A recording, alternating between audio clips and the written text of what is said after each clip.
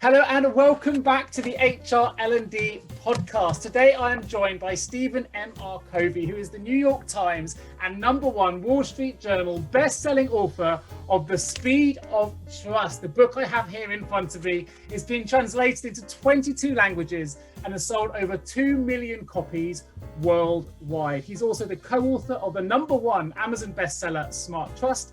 And Stephen brings to his writings the perspective of a practitioner, as he is the former president and CEO of the Covey Leadership Center, where he increased shareholder value by over 67 times, taking it from 2.4 million to over 160 million. He grew the company to become the largest leadership development firm in the world. Yes, you heard that correctly. I'm sure many of you will already be familiar with his name, but just in case, a little bit of background information for you. He's a Harvard MBA. He co-founded and currently leads FranklinCovey's Global Speed of Trust practice, and he serves on numerous boards, including the Government Leadership Advisory Council, and he's been recognized with the Lifetime Achievement Award for Top Thought Leaders in Trust, something we're going to discuss in a lot more detail today, from the advocacy group Trust Across America, Trust Around the World. Now, Steve is a highly sought after international speaker who I'm delighted to have on today's podcast. He's taught trust and leadership in 55 countries to businesses,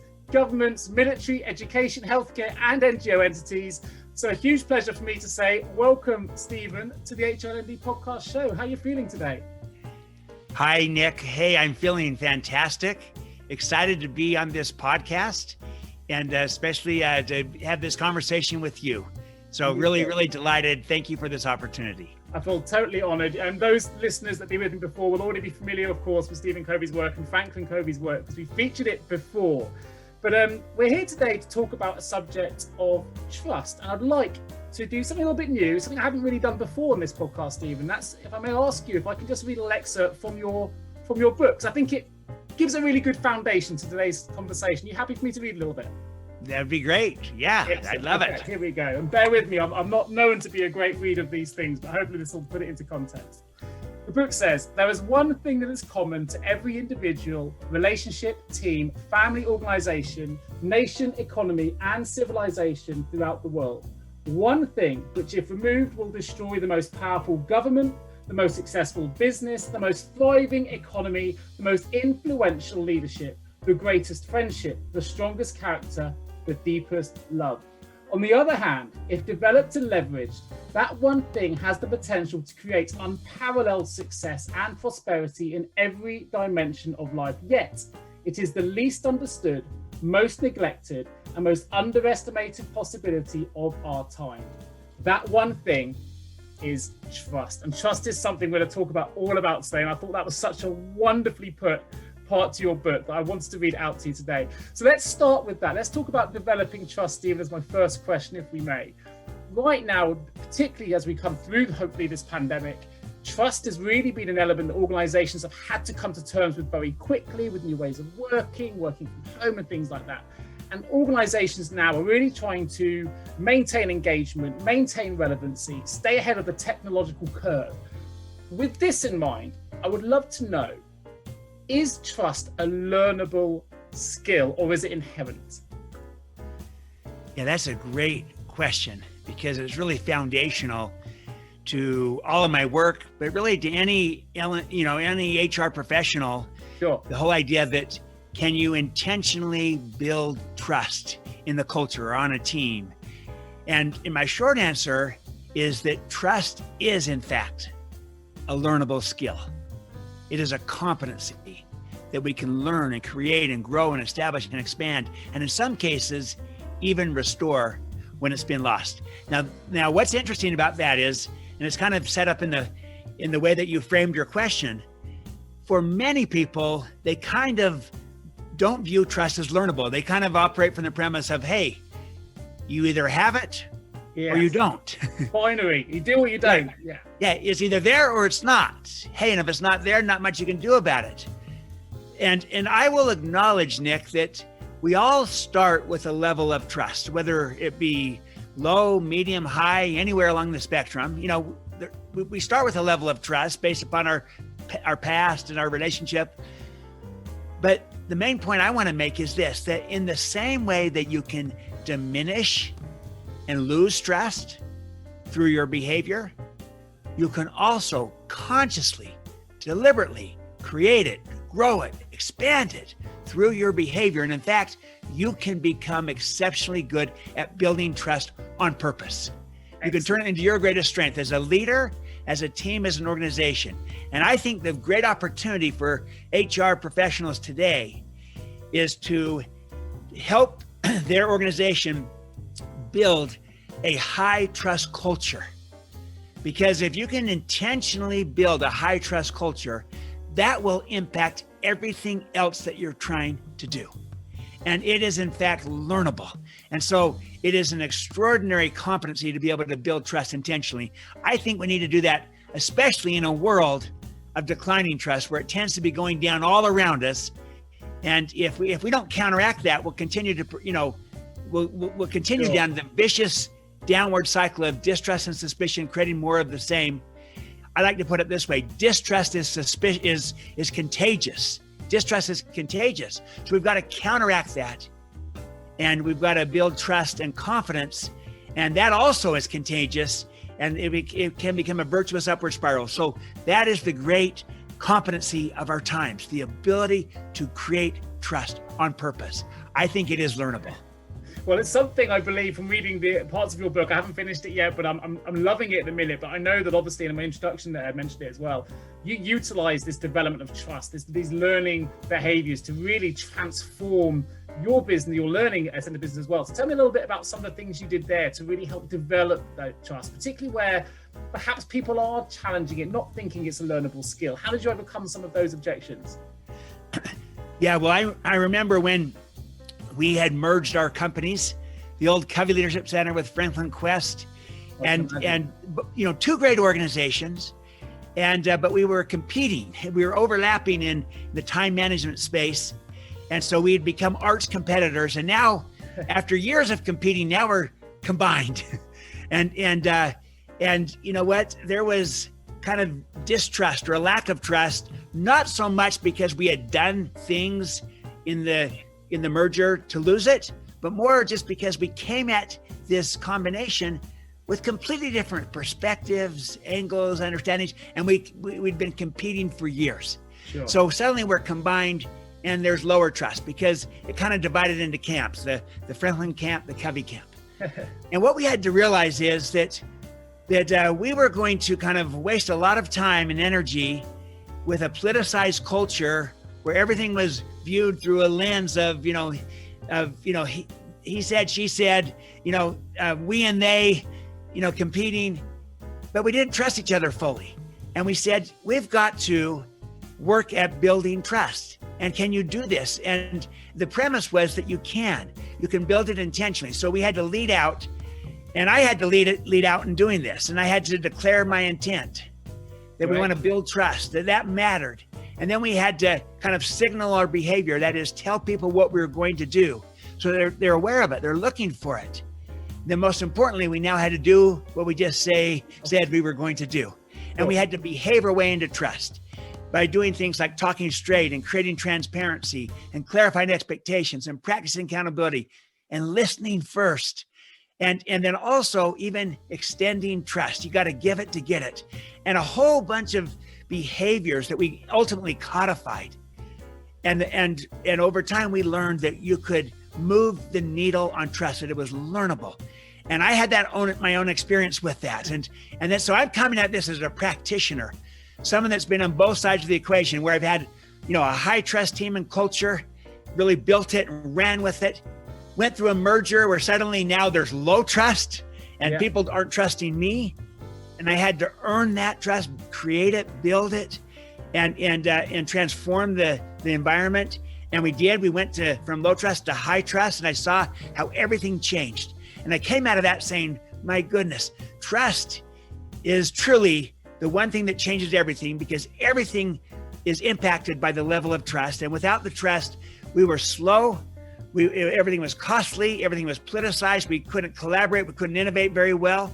We were internally focused instead of client focused, and we weren't getting great results. Once we transformed the culture, built the trust.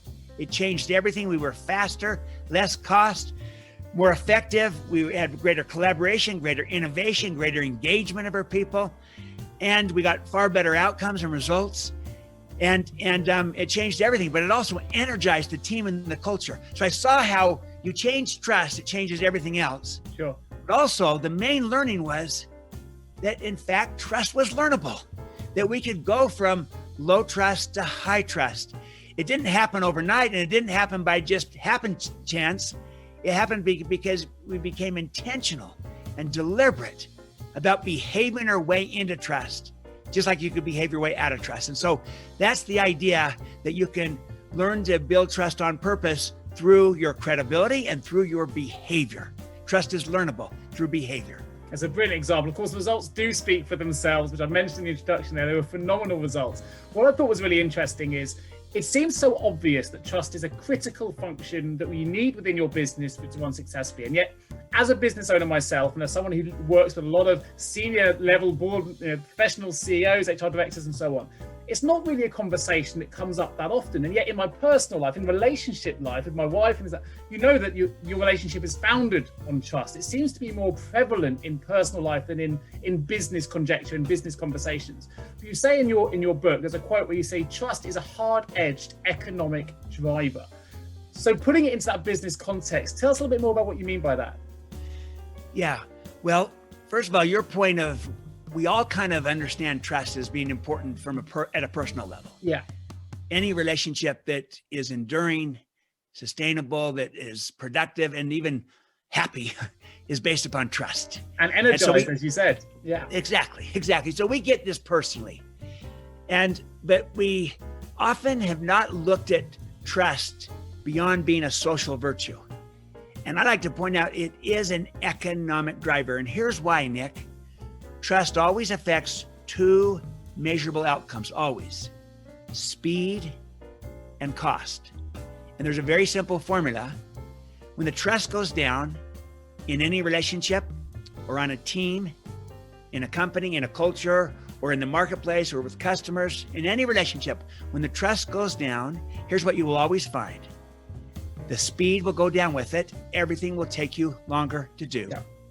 And the cost will go up. Everything will cost you more to do. Now that is a tax, a low trust tax, a wasted tax. And the examples of that are all around us in our low trust world. So just to our listeners and viewers, just reflect upon a low trust relationship that you have and what it's like to work with that person. Think of low trust teams you've been a part of, maybe in the past or maybe now, where there's distrust on a team and now you've got to work together and collaborate, but you don't trust each other. Think when there's two departments, two functions that got to collaborate, work together, but there's low trust between them. Think if you've lost trust in the marketplace with a partner, with a customer, how everything takes you longer, costs you more. That is a tax, very real. But thankfully, the converse is equally real. And when that trust goes up in any relationship, on a team, in a company, in a culture, with customers in the marketplace, when the trust goes up, the speed goes up with it. You can do everything faster. The cost comes down. Now that is a dividend, a high trust dividend. And Nick, it's that simple, that powerful, that predictable. And the good news is the dividend, there's also examples of that all around us. So just think about any high trust relationship you have. My guess is you move fast, low cost. Think of teams where you've built high trust in the team, the speed at which you can move. Think when there's two groups, departments, two functions got to work together and collaborate, and they trust each other. Think when you have trust with a customer, comes time to renew the contract, and there's high trust. You see, speed happens when people trust each other, and nothing is as fast as the speed of trust. Nothing is as profitable as the economics of trust. It's truly the one thing that changes everything. That's the idea that trust is financial, not just social. You can put an economic value on it. And the data shows that it's like a 3 times performance multiplier. Wow. Is the effect of high trust. High trust organizations outperform low trust organizations by about 3 times in total return to shareholders. A couple different studies on that. And so it's a performance multiplier of 3x on everything you're trying to do. That is financial. And once you see the economics of trust, you'll start to see it everywhere. So hopefully this will change the paradigm of our listeners and viewers, that trust is not just a soft social virtue. It is that, but it is also a hard edge economic driver that affects the speed and cost of everything. And that high trust is like a 3 times performance multiplier. What an advantage for any organization, for any leader. I love your passion for this. It's infectious. Well, it's a bit like trust is like, but I can play a little bit of devil's advocate with you, Stephen, because I get what you're saying. That makes total sense to me. Of course, I'm not second guessing my teams or my departments. If I'm not checking work, if I'm letting them run with things are always going to be quicker. And that's great. But sometimes you just have teams of individuals where you struggle to have that trust, even though you know that having it is beneficial, but it's not there. And we know it now, it can be learned. What are some of the initiatives HR leaders can implement? What can teams do or leaders do to really build that trust if it isn't currently in play at the moment? What do you sort, and in addition to that, what do you see as the things really impacting on trust working successfully? Yes, this is a great question because it's so practical and it's needed. Of how can we build this if it's not there? Well, here's the first thing. If you can focus on making the creation of trust an explicit objective, just like you have other objectives like, gaining market share, increasing profit, increasing the speed of in the sales cycle, what have you. If you could also create as an objective to build trust. Most people never thought of that as being a tangible thing. I never have, to be honest, never have. Yeah. But trust is learnable, and that also trust is measurable. You can measure it, and you can move the needle on it. And, because trust is a perception, you can measure perceptions and you can move from low to medium and medium to high trust. You can get good at this. So that's the first thing, because we tend to focus on what we measure, and we measure what we value. So value trust, measure trust, make trust an objective. That's number one. Right. And that way it will communicate to your people, yeah, we want to get results, and we want to do it in a way that builds trust. It's not either or, it's and. So that's the first thing. Second thing is, if you can then help people see that you build trust through your credibility and through your behavior. So if you can lead out and model first and give to your team a leader that they can trust, a model that they can trust, so people can look at you and say, oh, that's what you mean. You're that kind of leader. In other words, you don't point the finger and say you're the problem, but you rather say, hey, here's how you build trust. You model it, and you model it as a leader. You model it on your team. You model it as your team works with other teams, so people can see a model of doing this. And then when people don't build trust and they're not good at building trust, I've also learned this: always make sure you separate the person from their behavior. So Don't attack people. Instead, address behavior. And rather than saying to somebody, hey, you know what? I don't trust you. In fact, nobody on this team trusts you. Those are pretty strong fighting words for most people. Yeah. If you could instead separate the person from their behavior and maybe say something like this: hey, this kind of behavior, when you make a commitment and don't follow through and keep it, it causes other people to lose trust. Or when you talk, but you're kind of spinning and sugarcoating and kind of telling people what they want to hear versus truly talking straight, that causes people to lose trust. Or when you have a hidden agenda and you partially give what you're trying to do, but there's another agenda that people can kind of just sense and smell and taste, that hidden agenda causes people to lose trust. So you call out the behavior and then you make a behavior specific request of them of what would help them build more trust with you. And so, hey, don't make a commitment to me unless you're willing to keep it. And if you've got a concern or problem, come to me. Don't go around me behind my back. And, you call out the behavior and allow people the chance to behave their way back into trust. And then also you can reciprocate and say, and what can I do to build more trust with you? So it's never that you're the whole problem. It's, I want to lead out with this. I want to model this. Here's what I'm seeing in behavior that causes me and others to lose trust. Here's what would help build it. Is this something you'd be willing to work on? And what can I do to reciprocate and build this kind of trust with you? And that kind of process, and HR professionals and leaders can be the catalyst to help bring this about so that they can see that trust is learnable, and you help people learn that they can behave their way into trust just like they can behave their way out of trust. And I think that the HR leaders are truly the catalyst for this. First, by modeling, and second, by helping in the process of demonstrating to people that trust is a function of your credibility and your behavior, and you can choose to behave in ways that build trust, and you can build your credibility, and you model how to do it. That's the idea. No, I love that. And I'd challenge anyone listening to this in whatever role that you work in, not to be able to think of a relative example where you could have utilized what you've just said in a certain situation. I know that I certainly can. There's always someone or some incident where you can revert back to just listening to what you were saying. They're going, actually, maybe I could have addressed that better. Maybe I could have had that conversation to have improved that relationship at that time. So we've got time to change that going forward, which is excellent. Now, you also say in your book that trust is the new currency of our independent, collaborative world. Now, I thought this was really interesting because at the moment, we are in interesting times. We have got people working from home where they never have done before, and that's challenging the trust within leaders, within teams.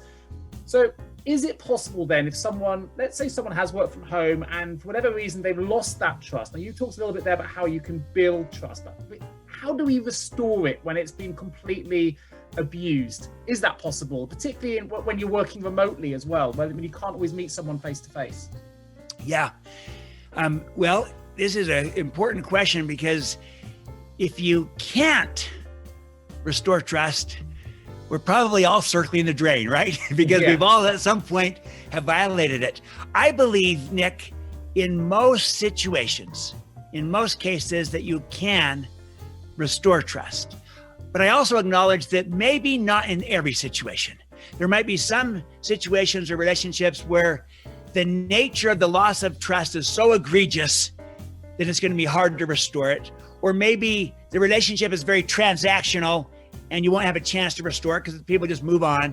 Sure. Or maybe the other part, both parties are not willing to allow you to behave your way back into trust. So it doesn't always work out that you can restore it. So you got to be careful. But I believe in most situations you can, if you're willing to behave your way back into it. And here's the key principle. You can't talk your way out of a problem that you behaved your way into. You can't talk your way out of a problem you behaved your way into. The only way out is to behave your way out. Words alone are necessary, but they're insufficient. So if we've lost people's trust through our behavior, the only way to get it back is through our behavior. And that will take some time, and we're going to have to kind of own it. And that's practice accountability, take responsibility. It's hard to restore trust with someone if you're saying, hey, not my fault, it's his fault, her fault, their fault, blame other people. It doesn't inspire confidence. What it does is saying, I own this, I take responsibility for it. Then I right the wrong as best I can, make it right when you're wrong. That might mean you apologize, maybe you make restitution, a legal concept to make whole. You do what it takes to make it right. And then you clarify expectations going forward of what you're going to do to try to earn their trust back. And you ask them, and listen, what can I do to earn trust back? And you clarify, here's what I'm going to do. And you signal your behavior, and then you do what you say you're going to do. And consistently. And it'll take you longer to restore it. It's harder. It takes you longer. You've got to be consistent.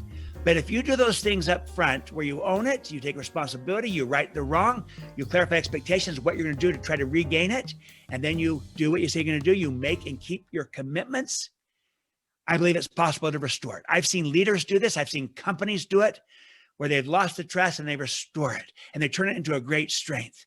And so it's doable in most situations. And that's exciting because in a low trust world, just knowing that, you can change course, you can change the trajectory, and you can even regain it if it's been lost, if you're willing to behave your way back into it. And that's the key, is a function of our behavior. And so there's certain behaviors that will help you build trust and even restore trust when it's been lost. I love that. Don't tell me, show me. Don't tell me, show me. And you're right, we've certainly seen companies do it. I mean, we're talking, certainly in the UK at the minute, we're talking about vaccines and big pharma. And we know that pharma companies, without naming any individually, have lost people's trust in the past, and they've suddenly gained it back now through different things. So we can see it on huge corporate levels, right down to individual levels, where, as you say, it can be restored if the actions are done correctly. And to bring it back to an organizational level, there's a chapter in your book which talks about how families are organizations too. And I love that because I mentioned it earlier that, I think about trust a lot in my personal life, and I don't always reference it in my business life, but I absolutely believe that of my organization that I run certainly is a family. We've worked with each other for a long time. There's certainly a lot of trust between ourselves, and actually we spend more time at work than we do with our loved ones at home. So when you talk about in your chapter, you talk about before going into the behavioral elements which you just mentioned, you say you ask every company 4 key questions, and usually it ends up with an aha moment after you've asked them. I'll read the 4 questions in just a moment, but I wondered if you could tell us why in particular these are the 4 questions that have really brought those aha moments. If you can give us any examples. So the questions are, how do you describe a low trust organization? How do you describe a high trust organization? Which description best represents your organization, and what are the results? And of course, all of this is available in the book if people want to read more. But why are those 4 questions so poignant? And tell us a bit more about some of those aha moments that you've experienced. The reason I think that these questions are relevant is that it kind of helps us make trust tangible and understandable. In other words, we're all experts on trust in a sense, because we have relationships. Sure. We're on teams, we're in organizations, even if it's like you say, in your family or in the community. And we all can kind of look at how are things done here. And you look at the observable behaviors, the actions, and you can see whether or not there's behaviors that will build the trust, or if there's behaviors everywhere they're going to destroy it. So when you're seeing everywhere people pointing the finger, blaming other people, the blame game going on, or people spinning or twisting, manipulating, posturing, or when you see people talking behind other people's backs or gossiping, or when you see people operating with hidden agendas, or where you see people really not listening to understand, but just kind of efficiently trying to go through the motions, or people overpromise and underdeliver, a whole bunch of different behaviors. When you see those kind of behaviors going on in the culture on the team, almost without even needing to do a trust assessment, you can almost know that's a low trust culture, low trust team. I can walk into a team and within a few hours, give you a sense of the level of trust on the team by just observing the behaviors. The flip side is true as well. When you see people talking straight, and when they're open, when they're transparent, when they're listening first, when they're seeking clarity and understanding, when they're declaring their intent, when they're taking responsibility and owning things, and when they're righting the wrong, when they speak about people as if they were present, nice. and when they make and keep commitments, and when I see people extending trust to others, I can just almost walk in and within again a few hours or a day or two, be able to say, you know what, this is a high trust team and culture, and you can measure it if you want, very scientifically. But almost all of us can see it. And then if you can look at the results that flow from either high trust or low trust, and the differences, the contrast that can be night and day different, and recognize, my goodness, this is not just a soft social virtue. It is economic. It's impacting everything that we're trying to do, including our ability to collaborate and to innovate and to engage our people, but also it affects our results and our outcomes in terms of the economic performance. And it also affects the energy and the joy. Is this a fun culture? Is it exciting? Do people enjoy working here? Because that's going to be an attractor of talent. And, low trust cultures are exhausting and they're no fun and no one wants to be a part of them. They want to go find a place where they're trusted. And so, all these things impact us. And it has a profound effect on what we do. And so the whole idea is just to try to look at the world through the lens of trust. And each of us can become actually quite good at this and recognize how trust is truly the one thing that changes everything. Those are questions that help you kind of assess that in any situation. Now, obviously, the chapter goes into much more detail, but I wanted to bring it out because it gave me an aha moment reading it, because when I referenced it to my own business, I thought, actually, there are elements here that I'm really proud of. And that gave me energy. That made me think, you know what, we've got some of these bits of trust. I'm really proud of my team. And actually, when was the last time I sat back and considered it that we have this. This is a beautiful thing that we've developed over 12 years of our company building that. And actually, we should be really proud and we should sell that and we should talk about that openly, which we're not doing. So it's given me that aha moment. It also reminded me of where there are elements we can improve and things that maybe we need to make sure we're always talking. And the art of the conversation is dying a little bit with the introduction of so much technology and instant messaging. And it reminded me of the importance of conversation, because actually, from my perspective, to build trust, it does rely on more than just a digital communication. It involves talking and getting to know somebody, understanding their drivers, their attitudes, their behaviors. So I definitely had an aha moment just reading it. So I was fascinated to know how you've seen it from having worked with so many CEOs, so many different businesses. It must be a really exciting part of your role to have seen those aha moments in others. It is so exciting when people recognize that trust is truly a new frontier of not only economic value, but of building the kind of culture that is going to help them attract and retain and keep and inspire great people. And it is an aha moment that everyone knows trust is social. They never thought of it as financial. Sure. Everyone knows trust is an important thing. They've never thought of it as a learnable skill, as a competency. And these are ahas for people. And once they see that, it changes everything. How Definitely they view the world. Hands up here. I was one of those people, right? So yeah. Here's the other thought I have, Nick, and I'm trying to think of from the HR leader point of view, the big challenges facing us today. I mean, there's so many, right? With all these new forces have changed upon us, these emerging forces of how the world has changed with technology, disruptive technologies, and how the nature of work itself has changed, both the what in terms of it's more collaborative, more interdependent, more service-oriented, but also the where, work from anywhere, work from home, work from anywhere and everywhere. And the nature of the workforce has changed. We've got so many generations, as many as 5 today, and the diversity and the need for inclusion. And then the nature of choice have changed. We have so many options. We've gone from multiple choice to infinite choice.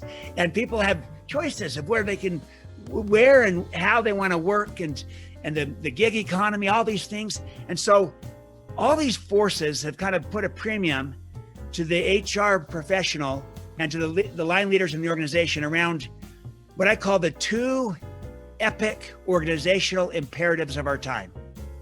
And the first is to build a high trust culture that can attract, retain, engage, and inspire the best people so that we can win the war for talent and win in the workplace. And you've got this war for talent has never been more important than now, when people have so many options and choices, and you have an ability to work from anywhere. And so you've got to win that war for talent. And the best way to win that is to build a high trust culture, because that inspires people. And inspiration is the new engagement. It's another level. It's the next frontier. And so you've got to inspire your people, and nothing does that like a high trust culture. And the second imperative is that we've got to then be able to collaborate and innovate within our organization so that we can win in the marketplace. In this changing world where everything is changing, we've got to stay relevant. And we do that through innovation. And you can't innovate unless you can collaborate. So collaboration and innovation, that flows from trust as well. And you build high trust, your ability to collaborate goes up, your ability to innovate goes up, and that way you win in the marketplace.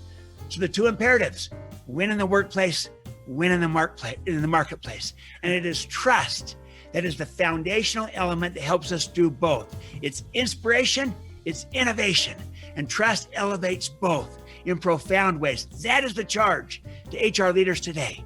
Build a high trust culture so we can inspire and attract the best people, and create a high trust culture so we can collaborate and innovate and win with our customers in the marketplace. Trust, again, is the performance multiplier for doing both of these imperatives. And that's why I think it's so relevant to any HR professional, because it will help us do everything we're trying to do inside of our organization better, faster, and with greater creativity, energy, excitement, passion, commitment, and fun. And that's what trust is all about. Energy and joy, inspiration, You're speaking my language. I mean, I've been in recruitment for nearly 2 decades, and I couldn't have put it more eloquently. I'm tempted to just to close the podcast here. I can't. So I've got more questions I want to ask you, but that energetic response that I couldn't agree with more. Particularly, we're talking about that war on talent, the ability to attract and retain, and when you do retain, get the best out of your teams. Brilliantly put, Stephen. I'm absolutely delighted you're able to elaborate on those 2 points. And I recommend anyone just rewinds that little section and listen it back to it again, and close your eyes and just drink it in, because I think it's absolutely on point what businesses need to do if they want to win that war on talent, and they want to be productive, and they want to progress their profits, progress their businesses, and get the best talent. Excellent.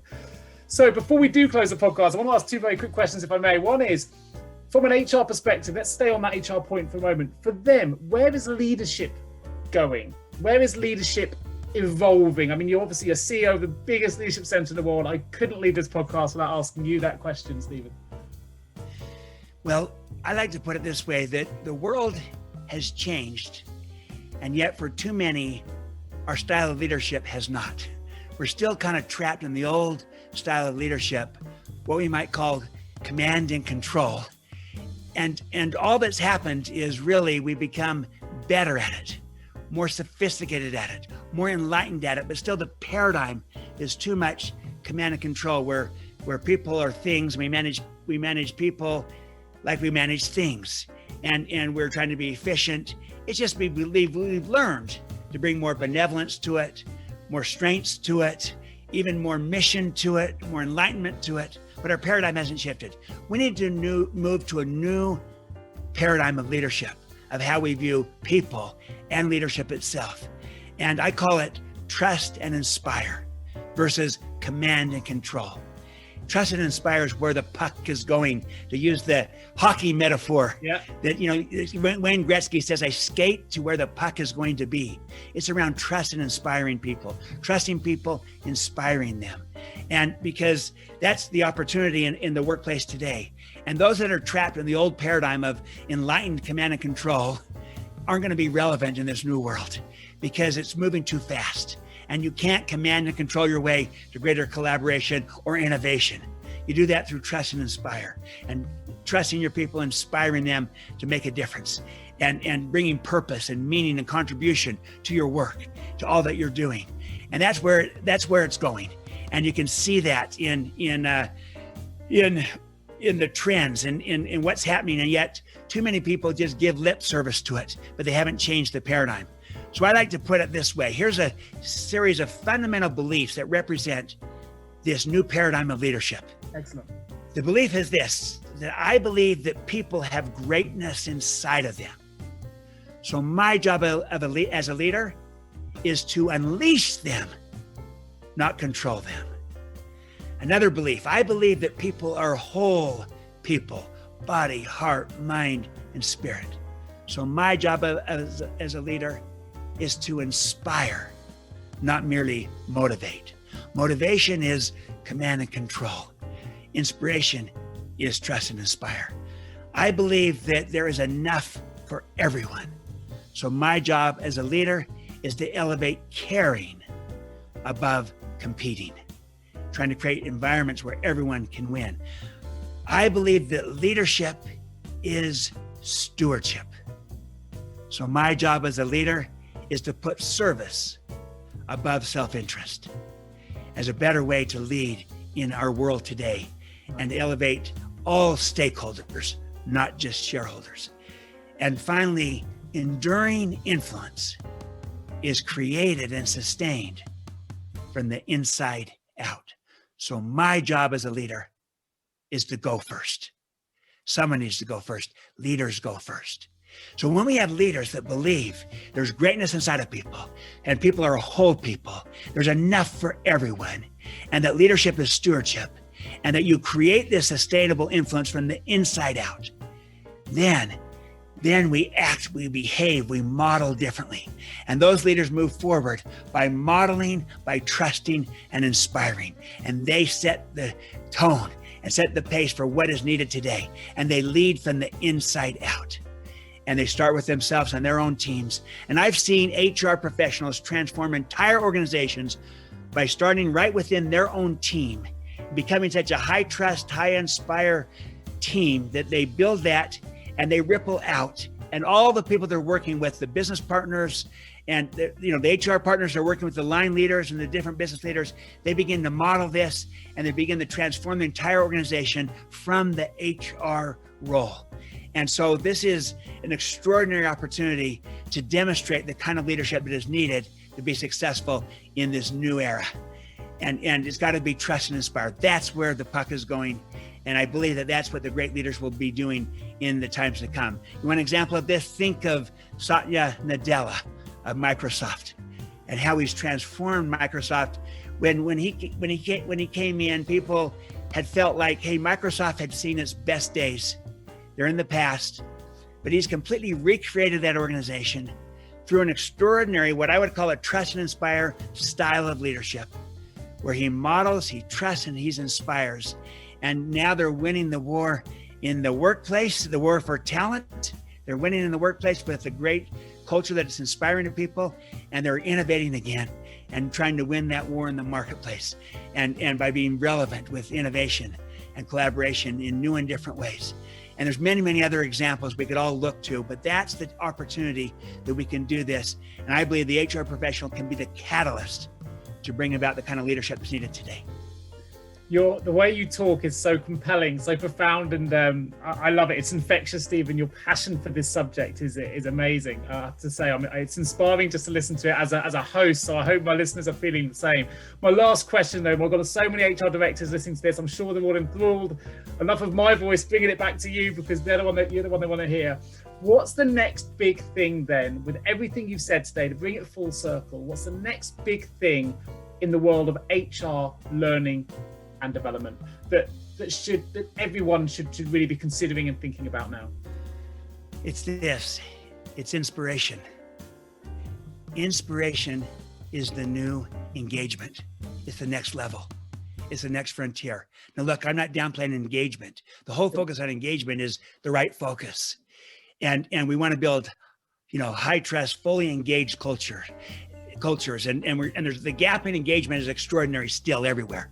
So seeking to build a highly engaged team and culture still is holy grail.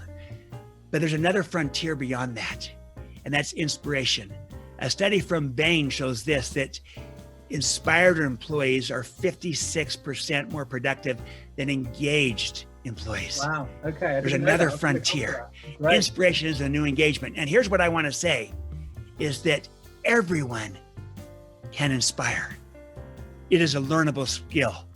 And the big thing I'm trying to make, the main point I'm trying to make here is this, is I want to separate inspiration from being charismatic. Sometimes people think, well, the inspiring person is the charismatic person. That may or may not be true. I know a lot of people who are not charismatic at all, who are very inspiring because of who they are, how they lead, how they extend trust, and how they embed and imbue and create purpose into everything that they do. And it is very inspiring, even though they're not, quote, charismatic. And so you don't have to be charismatic to be inspiring. Everyone can inspire. You inspire when you model great behavior, including humility. There's a study from L&D that shows that people that are humble are 18 times more likely to inspire their people, the people around them. So you inspire through your modeling. You inspire when you trust people. To be trusted is the most inspiring form of human motivation. It brings out the very best in all of us. And so everyone can be trusting and learn to be trusting in smart ways. That inspires people. But you also inspire when you connect with people through your caring and through creating a sense of belonging. And when you also connect to purpose, to meaning, and to contribution, and you try to embed any role and any organization with purpose, meaning, and contribution, and you can do that. And when you connect with people and connect to purpose, that inspires. And so my main point is, inspiring is a learnable competency, just like trust is. And we can get good at inspiring. And inspiration is the new frontier. It's where it's going. And that if we can build high trust cultures that not only engage people, that inspire people, we will best win that war for talent and innovate in the marketplace. And that will keep us relevant. We can get better at finding it as well. I mean, inspiration can be found in so many places, from the Up campaign, just looking up when you're outdoors, to coming out of bounce back abilities, we say in the UK, but coming through adversity. I mean, I look at my brother who sadly lost his arm, and he's became disabled, having been right arm. He lost his right arm, and he's just had a prosthetic fitted. It's taken him 10 years, and he's an inspiration to me. I mean, to what he's gone through to get back up and keep working and be a parent. And we've got moms working from home, trying to juggle work and childcare and all these different things. And inspiration can be found in so many places that I couldn't agree more. It's a fantastic thing to be able to inspire others, but also to be able to find it in others as well. I love it. And the example of your brother, that's inspiring. See, that's a form of modeling. And we need that. In a low trust world, we need models. And models can become mentors. And if we get enough of that working within an organization, you can transform that organization. Models becoming mentors. And so we've got to lead out with this, and everyone can inspire. And it's learnable. And that's what's needed today, is this inspiration. It's the new frontier. And so that's exciting, Nick. The last thing I want to just give one last point to all of our listeners and viewers. And that is simply this idea that for all of this kind of grandeur, thinking of how trust is so important, always remember that trust is created from the inside out. And it's very easy to kind of look out there and say, well, as soon as the boss changes, the CEO changes, or this person or that person, then we can build this kind of culture. And that kind of thinking is the problem. We've got to look inside out. We've got to look in the mirror. We've got to start with ourselves, because self-trust precedes relationship trust, which precedes team trust, which precedes organizational trust, which precedes market trust, which precedes societal trust. It's inside out. And I remember one time I gave a presentation. At the break, someone came up to me and said, Stephen, your presentation makes so much sense to me, because it kind of gives me a way of viewing my problems in my career. And he said, look, I'm not happy with where I'm at. And my whole life, I've blamed everybody else. My first job, couldn't trust my boss. So I get another boss, can't trust him either.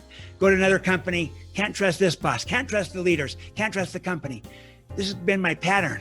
I go home to my community, can't trust my neighbor. He goes, I don't even trust my kids. And, he went on, and then he said, and then when you put up that metaphor that trust is built from the inside out, and showed the ripple effect, where the drop of water comes down, the ripples, the waves, they start at the inside and they ripple out. Then I realized what my problem was. And then he looked around to make sure no one was looking. And very carefully, he whispered into my ear and said these words: I don't trust myself. I don't trust myself. And I realize now I'm projecting that distrust out onto everybody else. So what do I do? And I said, here's what I would do just to increase that self-trust. Start by making and keeping commitments to yourself in the little things. And the fastest way to build trust with another person is to make that person a commitment and to keep it. Make another commitment and keep it. Guess what? That's also the fastest way to make and build trust with yourself. Make and keep commitments to yourself. And you do that, and you go from one to another, and you'll begin to build a sense of integrity, of clarity, of power. And you build that self-trust from the inside out.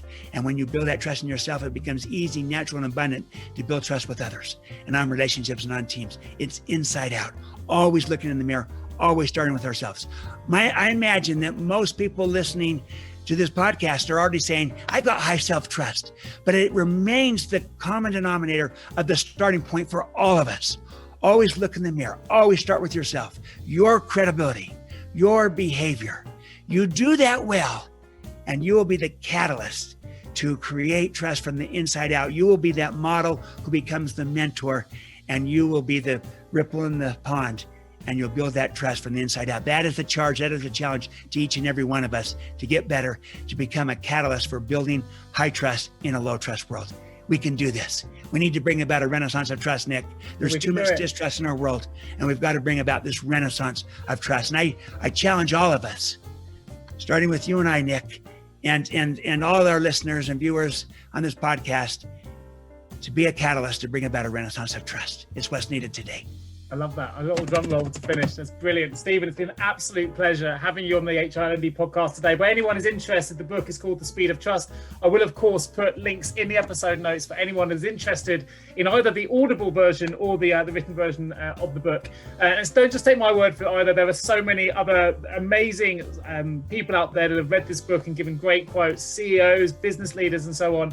Nolan Archibald, for example, CEO of Black & Decker Corporation, said this is a book that everyone should make time to read. So I hope this podcast has inspired you, but go and check it out. It's a brilliant book. I'm halfway through it. I haven't finished it yet, but I'm enjoying every minute of it and every word of it, should I say. I'll put the links in the episode notes, but I also would like to direct everyone to the speedoftrust.com website, where you can find videos of Stephen, you can find training, you can book Stephen for your own event and have a chat with him directly as well if you wish to. Is there any other links that you'd like to mention, Stephen, that our listeners can grab or get access to? That's the best one, speedoftrust.com. And you can follow me on social media at Stephen M. R. Covey on Twitter, LinkedIn, the like. So speedoftrust.com is the best way.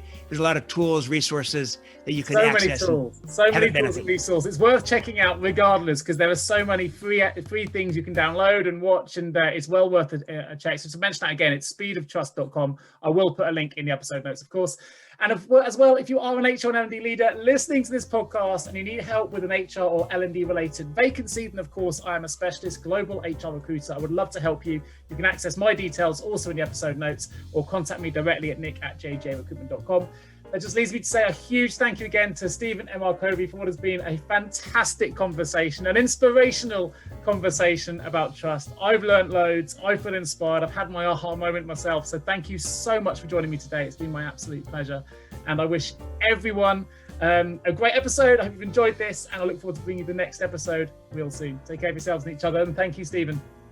You are welcome. Thank you, Nick. Great to be with you. And I really admire you and your fantastic podcast and the difference you're making in the world. You inspire trust. Oh, thank you so much. You're too kind. You're too kind.